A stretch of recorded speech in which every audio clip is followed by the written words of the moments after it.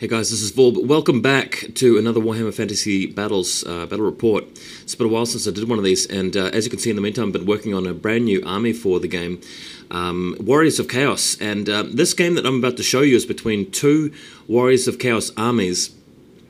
And as you see on the battlefield here, there's a slightly darker looking army, mainly on red bases.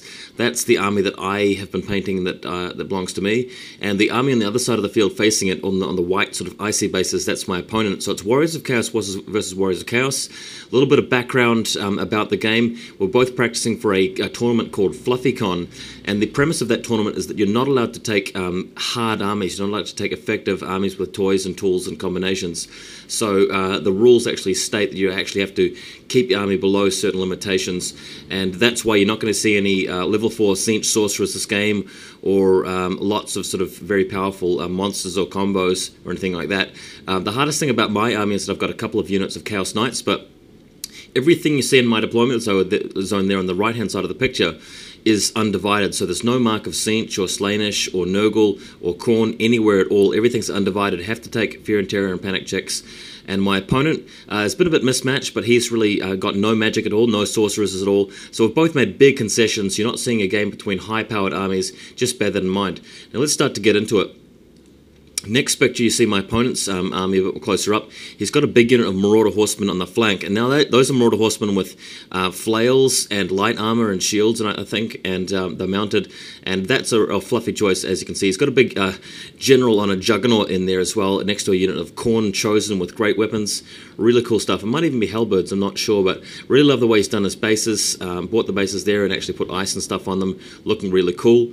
Next photo, you can see him in the background, but in the foreground, all of his troops on the other side of the tower there. This is my opponent's house, by the way, that we're playing on this table and terrain. He's got Marauder on horseback, but he's got a unit of Yetis in the middle. Now that's an Ogre Kingdom's unit there, but he's using it to represent a unit of Ogres, like Chaos Ogres with Chaos Armor and 2 hand weapons. Behind them are a unit of Marauders. So really cool looking stuff here. Next photo, you can see my army that I've been working on. Haven't finished it. There are a lot of unpainted models and unbased models here in this list. But as you can see, I've got big unit of knights. I've got a couple of characters in there. BSB and a general. I've got Marauder Horsemen. I've got Chaos Warriors on foot with great weapons. Marauders on foot. More Chaos Warriors with Hellbirds, Chariot and so forth on the other side. I've rolled up Law of Death for my level 2 wizards. Level 2 wizards, of course, the 2 of them. No marks at all. Remember, that's a concession. It's a weak point of the army. That's deliberate. It's because of the tournament we're practicing for. I've chosen Law of Death. That's what undivided sorcerers are allowed to take, as well as fire or shadows. Gone for death this game. Next picture, the other side of my deployment zone. I've spread out the dogs, the warhounds, and the Marauder cavalry. I've got Marauder horsemen with javelins and shields. Not uber powerful. They no Marcus Slaanesh again. So we're talking about quite a nice little fluffy game here. Next picture, my opponent wins the roll for the first turn, moving forward with his ogres and his warhounds up the middle there, ready to get into position. His chariot's just rocking forward a little bit. Next photo, bit of an overview. You can see the right-hand flank of his is staying put. He's got a frenzied lord in the middle of his Marauder unit, as well as a frenzied unit of Khorne chosen on foot. He rolled +1 armor save for his chosen, if anybody is interested. There's an actual Chaos Exalted Champion on foot among the chosen there, and he's got the Helm of Many Eyes, allowing him to strike first, but also Stupidity. So I think he failed his Stupidity roll right off the cuff and just shambled forward a little bit. He's got a Collar of Khorne as well, and in the middle he's got a big BSB on a like a bear, which is meant to represent a demonic mount, which is quite a cool model in with his Chaos Warriors. He's actually, I'll show you a picture later, but he's got a unit of Marauders with their heads taken off and like different heads on them representing Chaos Warriors. We'll talk about that in a bit. Next photo, in fact, here's the photo. May as well just jump straight to it. As you can see, he's put these wolf heads onto his Marauders there, and these guys actually represent a unit of Chaos Warriors on foot. There's about 18 of them there, I believe, along with this BSB on the bear. It looks really cool. Love the conversion work he's done. Really nice paint job, and just generally a very good-looking game. That's why I've decided to crank out the camera at long last. You can see a Gorger in the background. Again, it's Warrior Chaos, Ogre Kingdom's unit, but he's just done some conversions, and it's actually meant to represent a War Shrine. Both players in this game have War Shrines, bear in mind. Next picture, it's my turn, and I'm just moving forward carefully. Now, you've got to be careful in this game because you don't want to get charged, but you do want to get into combat. And there are a couple of reasons why it's good for me to stay back. I've got magic, and he doesn't. However, he's got an advantage on his flank in the far side of the photo because he's got more units available to actually outmaneuver me. So we'll see how that works out. Next photo, we get a better look at that. I've got the Marauder Cavalry moving around the forest in front of his Marauder Cavalry in order to throw javelins at them. I'm hoping to actually flee back through the forest and get them out of the way and make sure that they end up in the forest whereas I flee through the forest. That was the plan. Next photo, in the center of the battlefield, you can see my Marauders on foot. There are two characters in this unit. There's an unpainted character. In the left, you can see a sword, the silhouette of a sword. That's actually a game zone miniature, slightly too small to scale, but he's a level 2 sorcerer with an enchanted shield and a dispel scroll. And the other sorcerer has got a sort of reddish cloak. That's actually a Lord of the Rings ringwraith miniature. Has rolled up Drain Life, but he's got the third eye, Chaos Gift, and a Warrior Familiar. So again, just picking items which you wouldn't take to a normal game if you wanted to win. Again, the theme here of this game is just to take a fluffy, soft army for this special tournament that we're competing for. And these guys are in the Marauders just to keep them safe.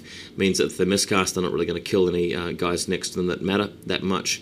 And I've just moved them up so they can get advantage of their spells, Drain Life, Walking Death, Dark Hand of Death, the Fireball type spell, and so forth. Next picture, I love this moment of the game. In the left-hand side of the photo, you can see my Marauder Cavalry on the red skull bases. And at the top of the photo, you can see his Marauder Cavalry having lost a guy to javelins. Now it's his turn. He's charging my Marauder Cavalry. And guess what I roll for the flee roll? Triple one. Oh, man. Moment of the game. So they get wiped out, and the dogs that he sent in as well also wiped them out. So that was a nice little fun moment.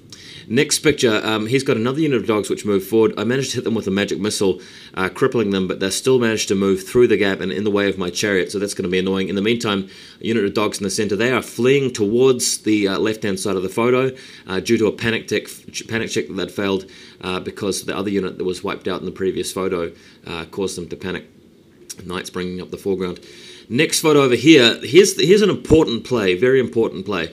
Moved my fast cav around in front of his unit of chosen of Khorne, because I know that they're all frenzied. The plan here is to force them to move forward, allowing me to charge with my big unit of knights, with my general and my BSB all among them. So that's the play that I'm making. Will it pay off? He's got a unit of Marauder Cavalry there as well, and I've managed to cast Walking Death, as you can see from the card there, on my knight unit, making them cause fear. In fact, causing terror, and that's the reason I cast it on them, because they already caused fear. So we'll see how this play works out shortly. Next photo, my chariot charges his unit of warhounds, destroying them. Nothing else that the chariot could do, really. Next picture, my warhounds on the right-hand side of the flank have charged his warhounds, and fortunately for me, rolling better than he did, and taking them out, making them flee. These models, by the way, are the warg models from the Lord of the Rings range. Next photo, the play, interestingly enough, let's see how it turns out. He fails his stupidity test for the guy leading the unit on foot with the Helm of Many Eyes and shambles forward and not charging my Marauders, so that play didn't work. And what he does instead is he charges my Marauder Cavalry with his Marauder Cavalry, as you can see from the following photo. Really nice picture there, all those horses charging in. Obviously, massive static combat res, banner outnumber, rank, and so forth, killing all of my Marauders there and pursuing. And in the meantime, moving forward with his Yetis, his Ogres and his Marauder Cavalry, just bringing up the rear, both of us putting buffs on our units with War Shrines, but nothing spectacular. We're talking about like +1 leadership, +1 attack, stuff like that, and negating it every turn. You can see a